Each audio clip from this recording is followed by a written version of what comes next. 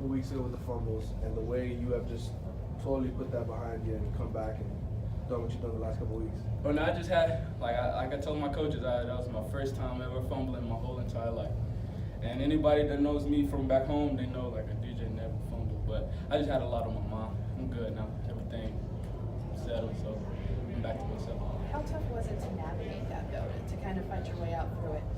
I sought help. Like coach sent me to like a doctor, and we just talked it out, and I got everything off my chest. So it was hard, but it was easy at the same time. So my coaches helped me out a lot. Coach Brown, Coach Rick, Coach Dewey, they all helped me out a lot. You talking about a psychologist? Yeah. And what'd you talk about there? Oh, just a lot of stuff. I can't say it up here, but it was a lot of stuff in my mind. So just DJ, talk that out. Take us through the punt return and Travis's block on that, and just that whole sequence. I felt that block when I ran by it too. Like you could feel like when I felt it. I was like, dang. I wanted to look, but it's like touchdown, block, touchdown. So I mean, just watching it, I'm like, dang, Travis, that's crazy. And I know he's a physical dude, and that's just what he does. That's just what he does. Talk about what his run kind of got the off. Everything was just stuck in mud there for 2.5 quarters, both teams. He got to go. What did that touchdown mean? We'll talk about that point. He was the spark. He sparked our offense. And I like to say like, oh yeah, let me be the spark. But no, Travis was the spark tonight. Like he rushed for like almost 200 yards on only 8 carries. So he was doing his thing. How much did his friendship mean to you while you were going through the struggles? Travis always came to me and was just like, you gotta get back in the fight, and like going through like day-to-day practice, like after Duke and then after Georgia Tech, it was just like, yeah, I wasn't moping around like, dang, this is happening to me. Like, nah, Travis was just in my ear like, yeah, bro, come on, get back in the fight, and I didn't waver.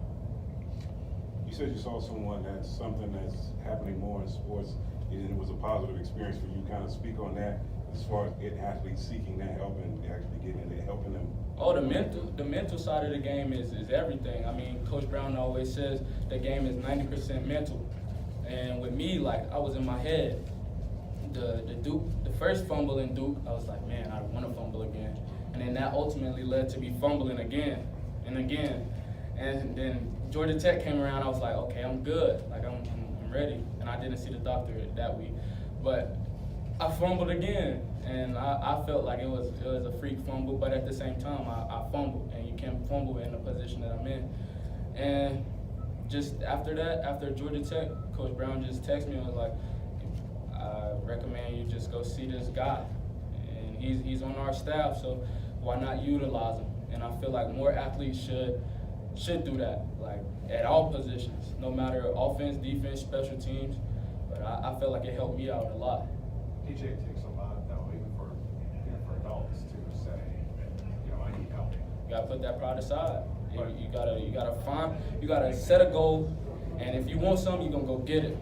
And I felt like that was a process that I needed to go through for me, in order for me to achieve what I wanted to achieve, and in order for me to help the team. Was it only one session, or was it? Oh no, we had like 3 or 4. I had like 3 or 4 within the week, and I'll probably still go back to him probably Monday or Tuesday. So. Is there a line now outside his door of other guys who are looking to get some of what you got? Or? Not really. Like I said, you got to put that pride aside. It's on you. It's on you. The Wildcat, obviously you've had some success in that, and it worked again today. Just your thoughts on being able to have that responsibility. Like last year, I like it. I like it a lot.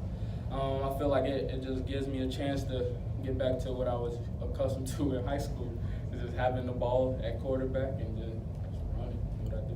Okay, DJ, Couple more questions. Can you talk about kind of what happened midweek, obviously when you guys found out about Jeff leaving, and how you guys sort of regrouped as an offense and sort of picked yourselves up?